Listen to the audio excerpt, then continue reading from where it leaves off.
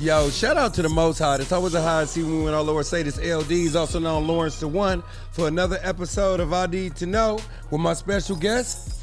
Black C, man, RBL Posse, one half of RBL Posse, what it do? For sure, and I also got AMG, Elias Music Group in the house, you know what I'm saying? Shout out to my boy, you know what I'm saying?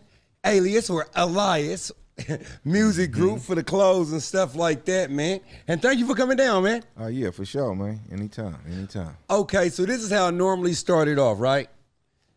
How did you get your rap name? It actually, they always call me Black Chris. It was two Chris's on Harbor, you know, for my projects. It was my boy Chris Bones, and it was me, Chris, and he was the light-skinned Chris. So they used to just be like, you know, when they call Chris, we both used to be hustling together, and they'd be Chris. And we both look around. I mean, Black Chris. You know what I mean? Yeah, so yeah. That's how that came about. You know what I mean? So you got your name from the D game? Yeah, exactly. Exactly. All we did was shorten that motherfucker when I went in recorded professionally. Just switched it to Black C. Got you. Instead of Black Chris. So you was grinding, you was trapping before you was rapping. Yeah, for sure. Okay, so this is what I want to know. RBL Posse. Where did you? Who came up with that acronym? Well, I shortened it. My boy T-Lo. Herm Lewis, he was on Herm Lewis label, T-Lo. He came out with an album back in like 93, 94. He gave us the name RBL Posse. He actually gave us the name Ruthless by Law. Yeah. You know what I mean? But then I felt it was too long when we went in the studio and recorded, and I was just like, man, that shit a little too long. I mean, you know, just use the acronym, use RBL. Yeah. I threw the posse on when my niggas came and took the picture with me. You know what I mean? So that's why we threw the posse on, but it was always me and Mr. C. Gotcha. Okay, so you got RBL. Back in those days, it was what do I want to call it? It was kind of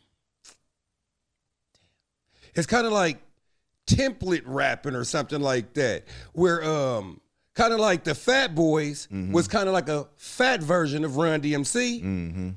The Beastie Boys would be the white version, and LL Cool J would be the solo version, and Salt and Pepper would be the girl version. Right. Back then, it was NWA. Y'all were kind of like San Francisco's answer to NWA. Exactly. That's exactly what we was trying to do. And we had 415 over here, and that was our answer to NWA. Exactly. And Ghetto Boys, so on and so on. Exactly. But that was crazy is NWA was our motivation, but 415 was what 415 and IMP is what really drove me to the studio.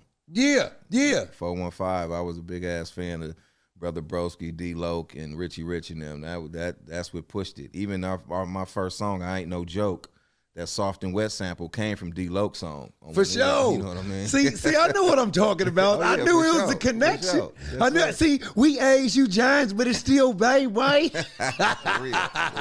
Oh, and I was going to wear my A's hat for your ass, and I thought you was going to say this. You know what I'm saying? Oh, yeah, you don't like the Giants, and I was going to say, I'm a Giants fan, not just when y'all play us. Right, for real. You know what I mean? Now, Oakland teams always was my second team until I, moved out.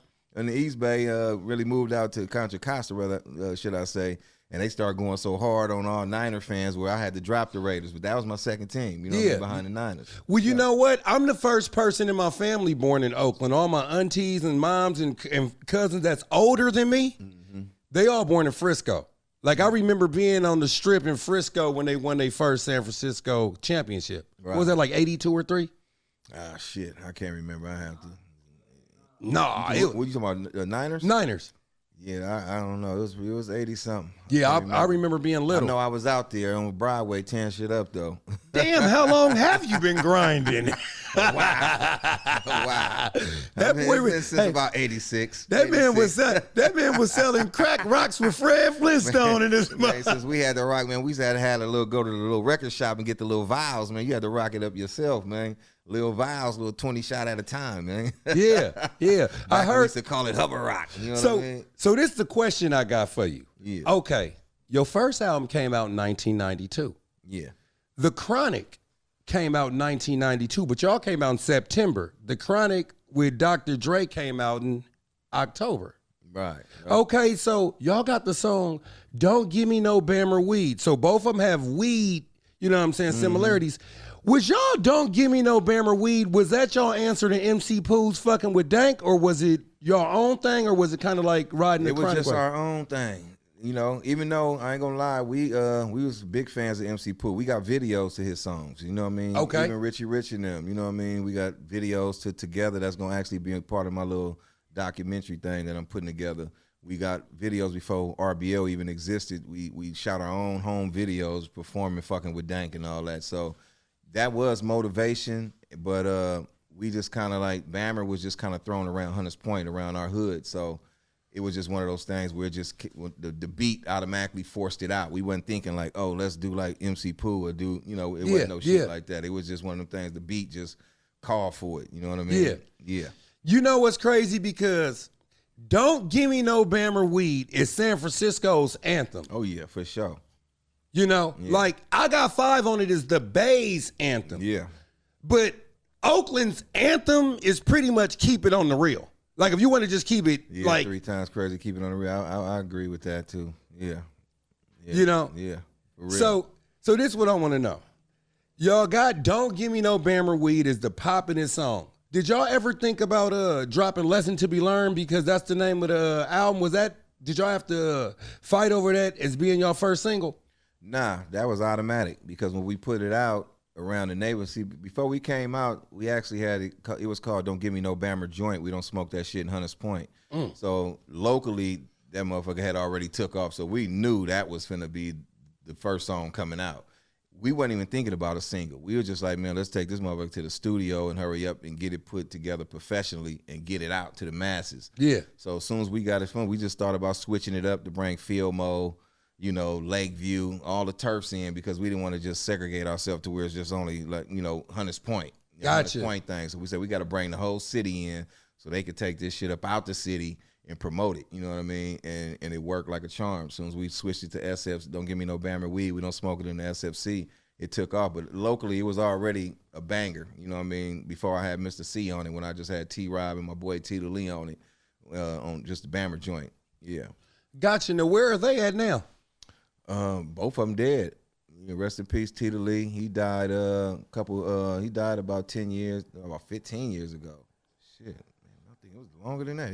Tito Lee probably died about 20. Damn, about 20 now. And T-Rob, my boy T-Rob, who was on it, he actually just died last year. Yeah, they just found him dead like in September. Yeah, okay. Down there in the Tenderloin, man. Rest in peace to T-Rob. Yeah, so they was on it with me. Don't Give Me No Bad. It was on the original version. Okay. So this is how I felt when I was young, when I first heard it. You know, I'm 13 years old. We got Fuck the Police by NWA, and then y'all said, back up, Chief, because your boys got beat. Right. I think that was your brother that said that, right? No, that was me. On Lesson to Be Learned. Yeah, that was me that said that.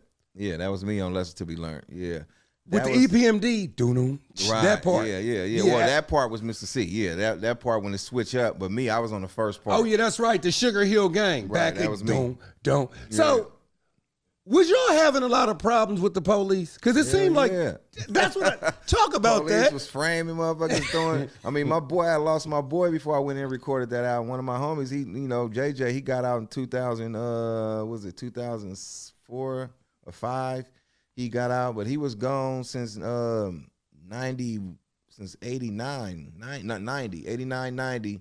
They framed him for a murder, man, and he had to go sit down for like 14 years. You know what I mean? So police was doing shit like that, pulling us over. I'm on a home pass from Log Cabin Ranch. They pulled me over knowing I'm on a home pass, and they asked me what motherfuckers hide dope at, and I'm like, bro, I'm on a home pass. I don't know, and he let me just see what's in your trunk. He opened my trunk and got bags of weed that he just took off another motherfucker and dropped them all in my trunk. Like, oh, bro. I'm like, come on, man. Don't try to send me to wire. Don't do this to me. And they was doing shit like that. So we always had the attitude of fuck the police, man, because they definitely wasn't working with us. You know what I mean? They was working against us in our neighborhood all day. From Langford to Redbeard, 21 Jump Street, all them punk motherfuckers. You know what I mean? Yeah. So when they did that with the weed and shit like that, I know you was like, oh, that definitely ain't mine. They was like, man. Why not? And you was like, because that's Bammer. No. Exactly. Hey, for real though.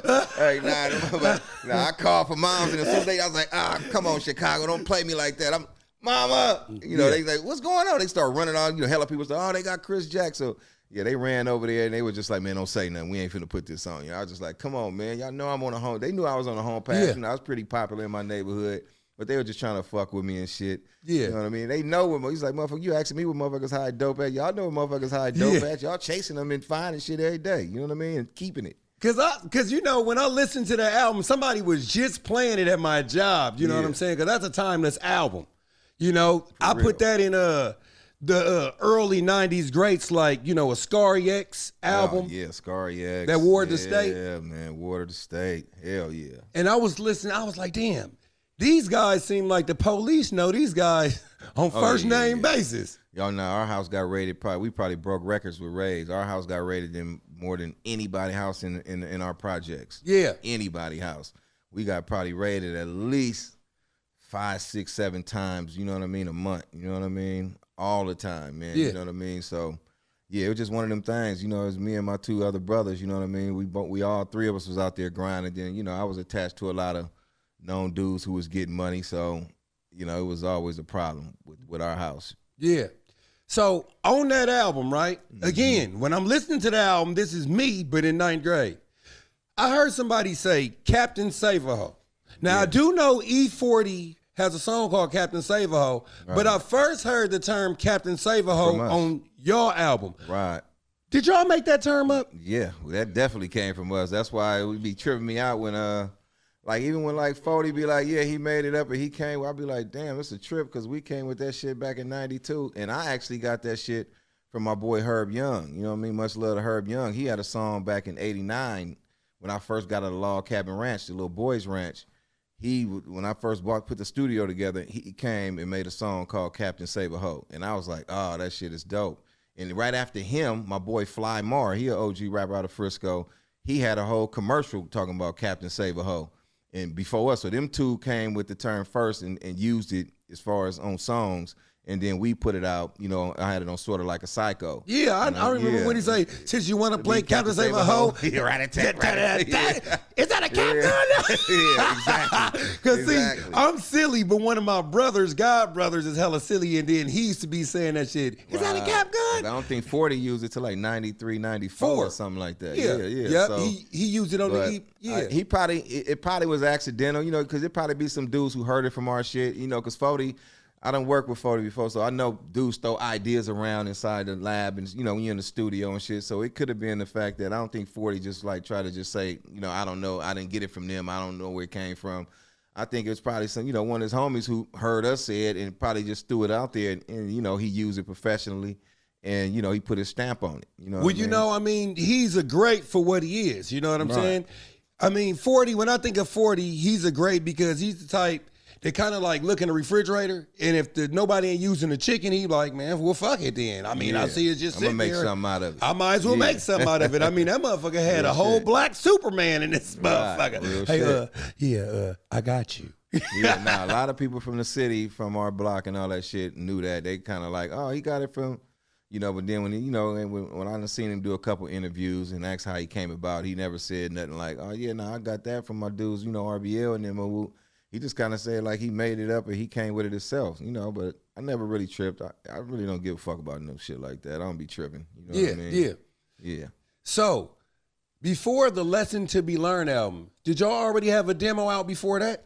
We had a bunch of, not professionally. That was the first album professionally, but we was doing music since like 89. As soon as I got off the ranch, I was working with my boy Budweiser, and we put out a bunch of shit around there with T-Lo, my brother, Dre Hype. I wasn't even rapping in. I was just doing beats. All the beats I was just making Double B, and it was a host of a whole bunch of other dudes. They used to come around from different projects, West Point, Oakdale. They used to come to my studio. We used to call it Studio B, and they used to record. And we used to sell the tapes. We got it from Too Short, because Too Short used to bounce through our block and jump out slanging cassettes, you know, $5 a cassette. So we used to start doing that. We was doing that until this dude named Claytus the Greatest, CTG, took one of our beats and put it out. It was actually on a cassette. And one of my dudes was like, damn, bro, he got y'all song is harder than his, but his shit is out professionally. You know what I mean? Yeah. So that made me like, man, I got to go find a real studio and get my shit out before I start getting my shit jacked. You know what I mean? Yeah. We had a lot of samples, a lot of dope-ass songs and shit back then, you know. Like I had a song called What About My Nigga, where I'm using the little Roger Zapp shit. I had a song called Rolling Through the Turfs of HP, where I used the Fatback Hotbox track, and it was just a bunch of beats that I was using samples and people started using the motherfuckers. You know, I even heard Short come with one of my songs, the Rolling Through the Turps with HP beat. He used it on one of his albums. I was just like, man, fuck this shit. Let me go on and get this shit out, organized and get it out for real. You know what I mean? So, yeah, that's how that shit came about.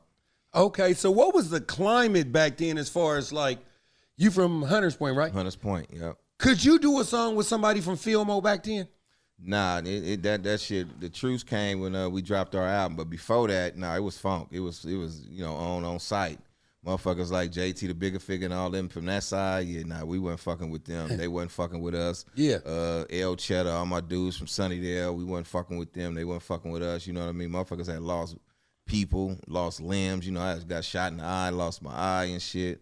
You know, fucking around with that Frisco gang war shit. So, nah, it wasn't cool at all. You get caught slipping, your ass is, you know what I mean, is grass for real.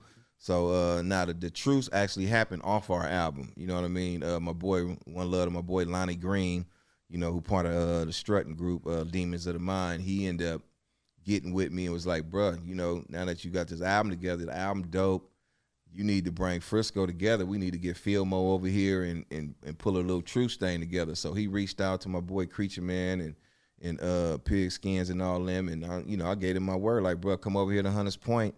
And, man, let's put this shit to rest. You know what I mean? Any motherfuckers that got problems, man, they can, you know, we're going to let them squab it out. You know what I mean? They can one-on-ones all day.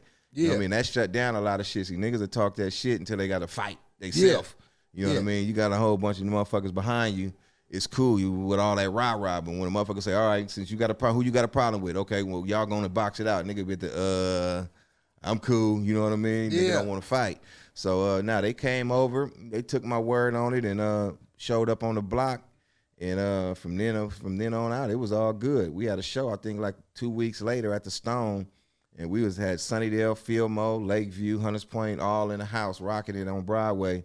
And it was the end of it. You know what I mean? That was some G shit. Oh, yeah, for sure. You know, and one love to my boy Nard Temple, too, who had my back. You know, he one of the soldiers up there in Hunters Point. You know, I had get him to vouch for me and, well, be there for me, not actually vouch for me, but I had to get his blessing because I knew with me and him, wasn't nobody going to really go against us. You know what I mean? We was factors up there. So him and a couple other dudes, they was like, Black, go and have them come over, man. You got our blessing. It's good. Let's make this shit happen. So one love to Nard and them.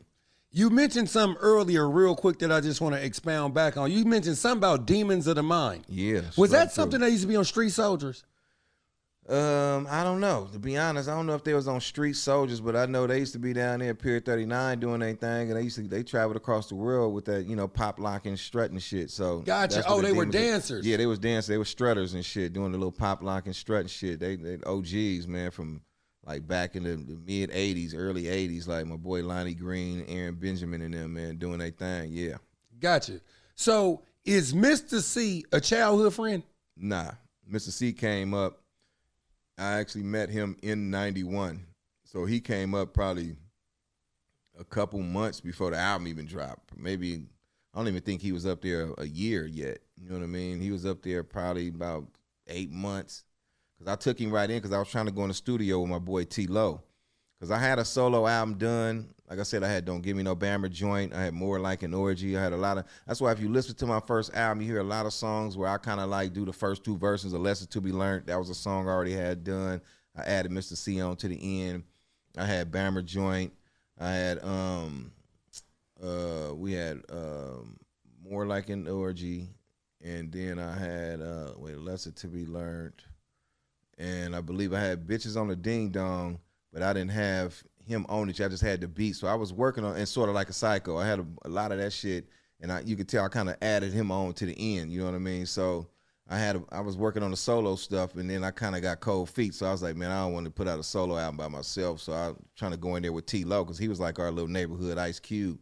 And he was like, man, I'm grinding and doing this and that. I ain't got time to be in the studio, this and that. He was like, man, I got my chick who I mess with, my girlfriend, she got her little brother rap. He said, that's all he do when I'm over there. You know what I mean? So he was like, man, I'll bring him up. You'll like him. And I was like, all right. You know what I mean? He kind of brushed me off. But he brought him up the next day, and it was Mr. C. We did a song called Hit Squad New Jack. It was called the Hit Squad before Eric Sermon and them ended up taking it. You know what I mean? Yeah. They ended up using it, and we had to switch up. But, yeah, he ended up doing that song, and yeah, we ended up going to the studio. I think probably the next week and started recording the album, man. You know what I mean? So was he like the young homie, like 3 years younger or something? Yeah. He was like 3 years younger. You know, when you young, when you 17 and the motherfucker like 14, that's young. You know, once you get up and like the motherfucker 33 and he 30, it don't really make a difference. Hell but no. when you teenagers, that's a big difference. You know? Yeah. Hey, you know what? You know, it's funny though, because my chick was young when I met her, but you know, I just used to see her at the grocery store when I'm working, she's shopping. Right. You know, but she like 13, I'm 19. Right. I say I wasn't fucking with her, of course. Right, of course.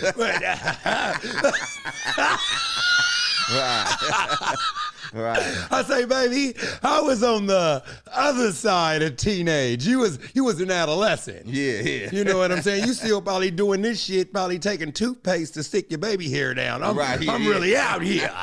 You know what I'm saying? But yeah, though, that's cool though. For sure. So, Mr. C, right? Mm-hmm. Where were you at when he passed away? I was coming over to Oakland. I was actually just pulling up on Mitchell Street out here in Oakland at my auntie house because Mr. C was supposed to come with me. Then he had to grind. It was around Christmas time. He owed a few people money, and you know, at the time we had Hitman album out. He didn't want to invest into it. I told him to invest into the right way. He didn't want to invest into it. He was like, "Man, I'm tight on bills. I don't want to put no money in. You know, you do it yourself." And I put that Hitman album out and hit. You know what I mean? That motherfucker took off. You know what I mean? And we got COD was getting cashed out by City Hall. So, you know, we made some good money off that. We was pushing damn near 10,000 units, damn near like every other week, like getting paid up front for that shit. And Mr. C, you know, he brought a few dollars in around Christmas time from me, and he had to pay me back, our manager back. So he wanted to sit out and hustle. So when I got him on New Year's to go to my auntie house to the party, he was just like, "Man, I'm just finna stay down here." He ended up getting out the car. I was like, "Bro, I'm finna just post up on the block, get this dope off, and, you know, so I can pay y'all, pay Tom, pay everybody back, man." And, you know, 'cause we had just came from arguing with Intermittent Records, Jason and them. They didn't want to pay us, trying to withhold royalties because of samples on our first album. Because at the time, we didn't know either that samples had to be cleared. You know what I mean? We just snatching shit like, throw that sample in. Yeah, I noticed that. Yeah. And we were trying to sound like NWA and then with all them scratches and samples, but that shit tore our ass up. But he withheld mechanical royalties and all that shit. So we was kind of toe up. Well, Mr. C was. I was doing pretty good, you know, as far as with the Hitman shit. So yeah, he ended up falling back, stayed on the block. And we ended up pulling off going to Oakland, me and Hitman. And and we ended up, as soon as we pulled up, you know, phones was going crazy, and my auntie and all them came out looking hella sad, and I was just like, what's going on? They was just like, man, they said Mr. C just got shot. As soon as I pulled up, so I turned around, jetted up over there, and showing up, man, got over there to General Hospital. My sister was in there crying because she was out there with him. She was sitting on the rail when the dude came down the hill and started busting at him. So she was sitting right next to him. You know what I mean? I'm surprised she didn't get hit. But, she was right there to his last breath, though, my sis. And, she was just like, man, I was right there, Black. You know, wasn't nothing I could do. But, I was in Oakland. But, he was sitting right there on the block, man. And it was just, you know, unfortunate, man. You know, this ain't no telling what could have happened, what could have been if he was still here. Yeah. So, and Hitman passed away, too, right? Yeah. Did he get killed on the bus?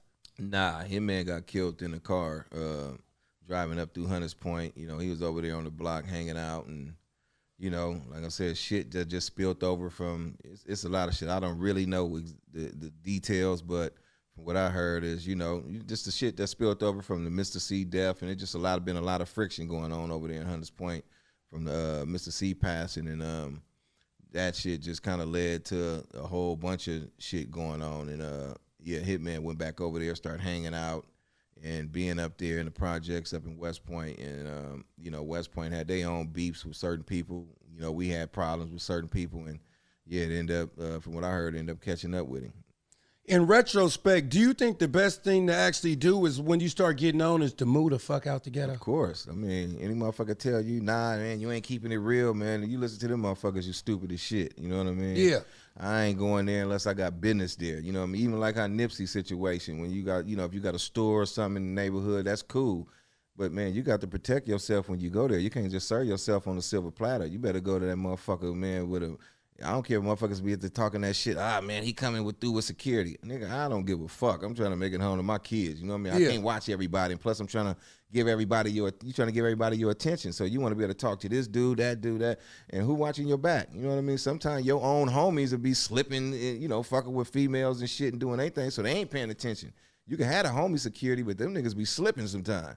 You know what I mean? And get all y'all whacked up. So you got to have security who paid to watch motherfuckers. Yeah. You know what I mean? Them motherfuckers ain't doing them, but they watching everything moving. You know what I mean? Yeah. Like Secret Service, that's their job. They ain't care about what's going on. We watching motherfuckers' arms and hands and nigga, what's going on? Nigga, you walking up too fast. Nigga, back. You know what I mean? So if you ain't in the hood like that, bro, then you slipping. Yeah, you might serving see yourself on a silver platter for real. If you see him if you see one of the main security guards in the cut smoking, you say, "Hey, what you doing?" He say, "I'm just making sure it's not Bammer, sir." Right, sure. nigga. And you're fired, nigga. So the night that you actually got shot, you know what I'm saying? Was that your first and only time getting shot? Yeah.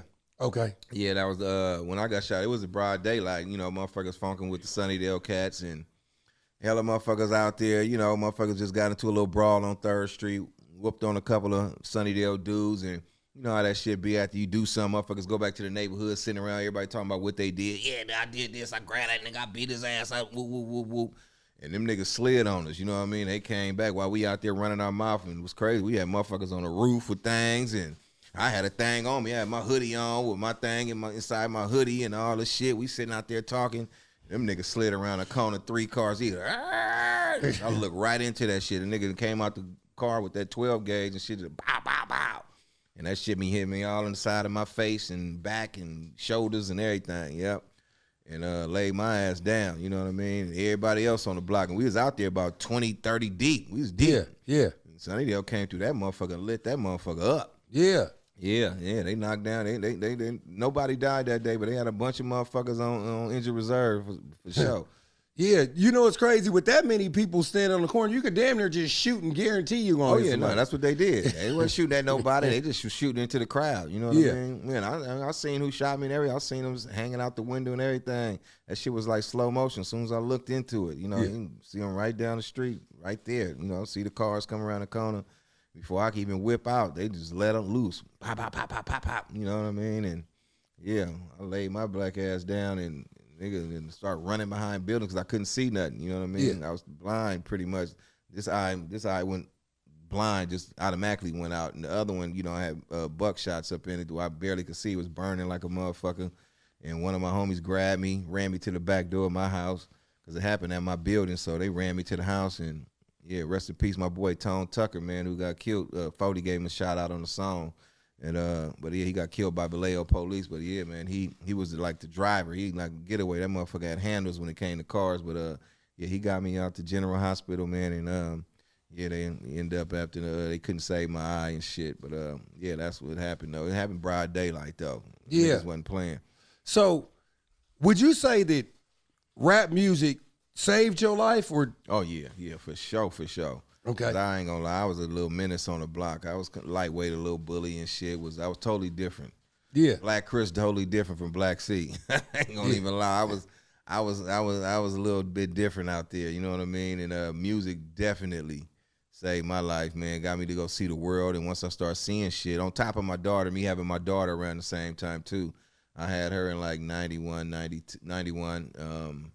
And Chris was born in 91. So yeah, once I had her, that was like a step. And then the music coming out in 92, that was like, you know what I mean? I started seeing different type of paper and going out, you know, seeing different cities, different states.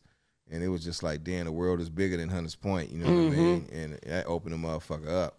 You know what's funny? Because I was telling my manager about 10 years ago, she said, it's been another killing in West Oakland, Lawrence. What's wrong with your people? I said, what's wrong? I said, that they don't travel. She said, that doesn't have anything to do with the murder rate. I said, it kind of does, because if somebody think the only thing popping is 39th, then that's all they going to think it is. If they go to Hawaii or Tokyo, New York, or I told them motherfucker I was in Antioch, and you know what they said? What you doing way out there? Right. Yeah, they tripping, man. Living. That's what I'm doing way out. That's what I did. As soon as that Hitman album came out, I got enough money to grab me a house. I went straight to Antioch. You know what I mean? I didn't know nothing about it. My manager like, yeah, man, you need to probably go out there to Antioch. You know, they building out there, and you know, it's nice. I was trying to just go to San Pablo. You know what I mean? I'm trying to go buy a house out in Richmond, some motherfucking where. He like, bruh, that shit is way too small. The shit you gonna get in Frisco or Richmond or Oakland is way too small for the price that you gonna get in Antioch. And I was just like, man, I ain't never heard of Antioch. And he's like, right by Pittsburgh. I'm thinking Pittsburgh, Pennsylvania and shit. I ain't even knowing they had a Pittsburgh out here. You know what I mean? That's how much I was just stuck to the block and shit. But he took me out there. I was like, it's a cool little drive. I'm like, okay, I can work with this. And he drove me to them new communities they was building. I'm seeing houses starting at 150, 120s and this and that. Yeah, I ended up grabbing my house at like 169, you know, back then, and shit, that motherfucker worth like 600 right now. You know what I mean? So, yeah, we got equity. Yeah. For sure. Now that's ruthless by law. So, yes, if I remember correctly, the second RBL album came out before the Hitman album. Yeah, it came out in '94.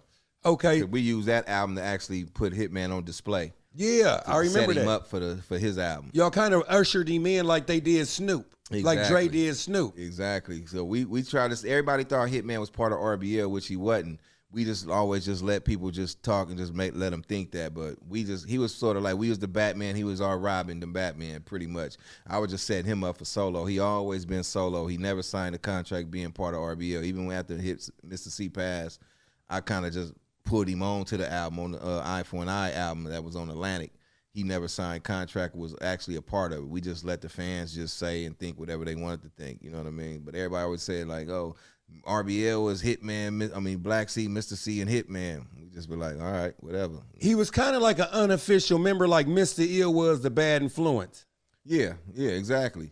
He was an unofficial member. He was definitely part of the Posse, but he wasn't part of the RBL, the rap group. You know what I mean? That was always me and Mr. C. I never wanted nobody to come in and take his place. And even when Mr. C was here, we wasn't like, oh, yeah, we're going to bring another member in. Nah, it was me and Mr. C, period. Yeah. Man always was solo. For sure. Yes, sir. So on that album, if I remember correctly, did y'all have Lurch on that? The Eye for an Eye? Yeah. Yeah. Lurch was on the song How We Coming with Mystical. Exactly. Yes, sir. How did y'all land that? Well, we was working with Rick Rock. We was with Rick Rock out there. Well, we went to go see Mike Mosley. And we went to go see Mike Mosley. We went out there to Fairfield, fucking with Mike Mosley, getting beats. And Mike Mosley ended up, he played a couple beats. I wasn't really feeling them. And he ended up like, let me pull out this other little DAT tape. And when he started pulling up songs, letting his DAT tape play. And I'm like, oh, yeah, I like that song. Now I don't like that one.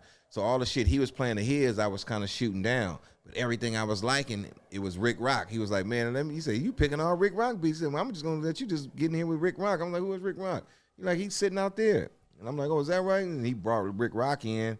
And me and Rick Rock, man, just hit it off. So he damn near produced 70% of the Eye for an Eye album. Damn near a lot of the shit.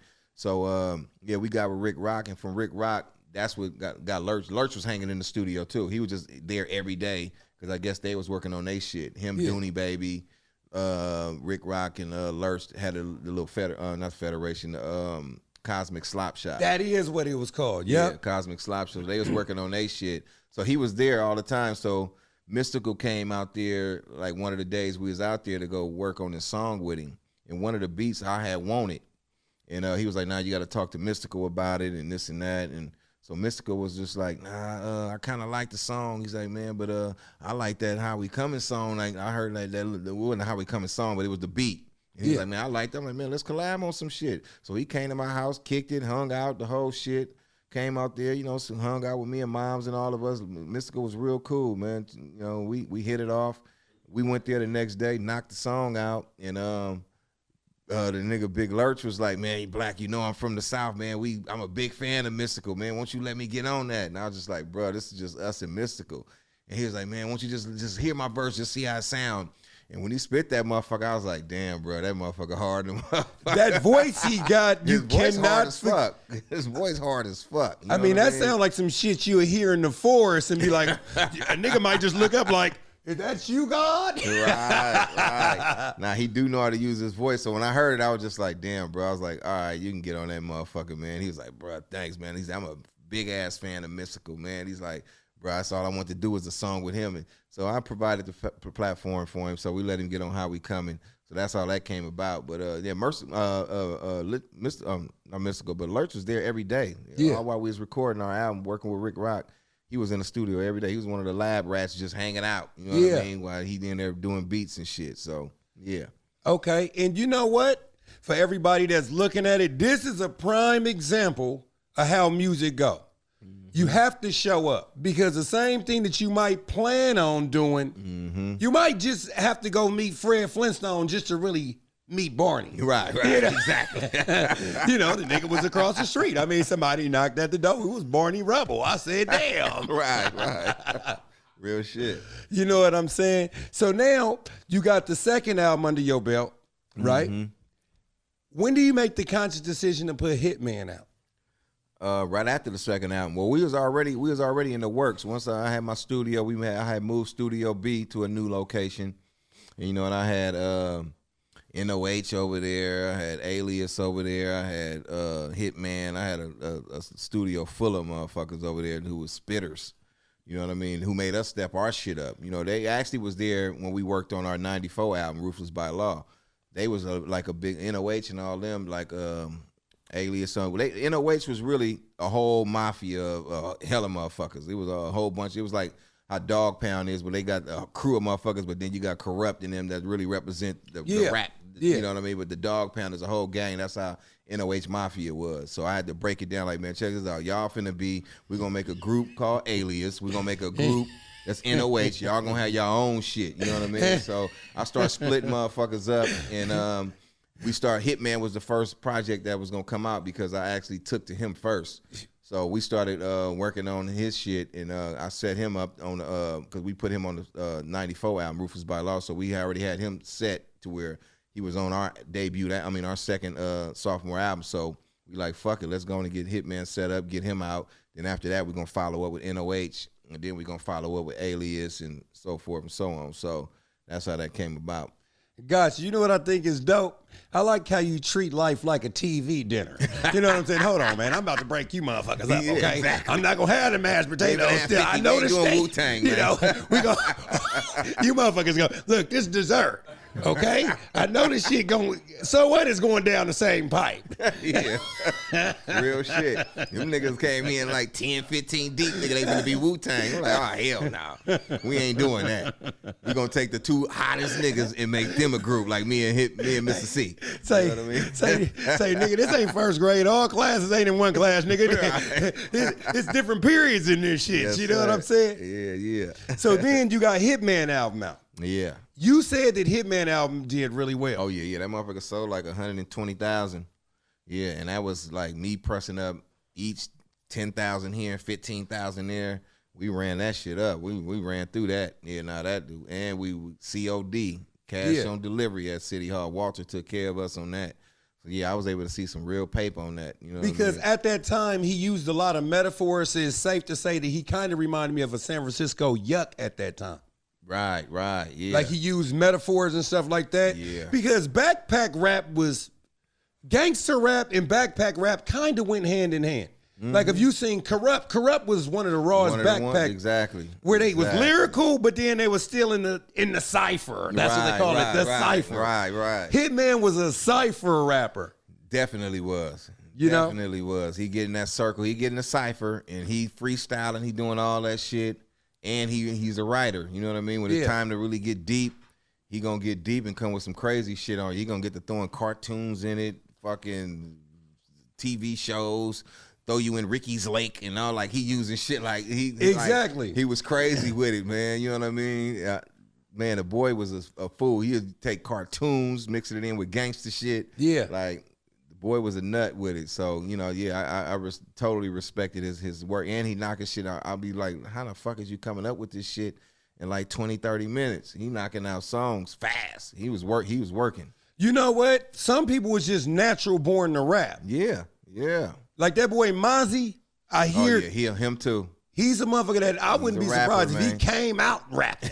Yeah, he's a rapper, man. Talking out, that's my mama, that's my dada. I'm hungry, pass me the baba.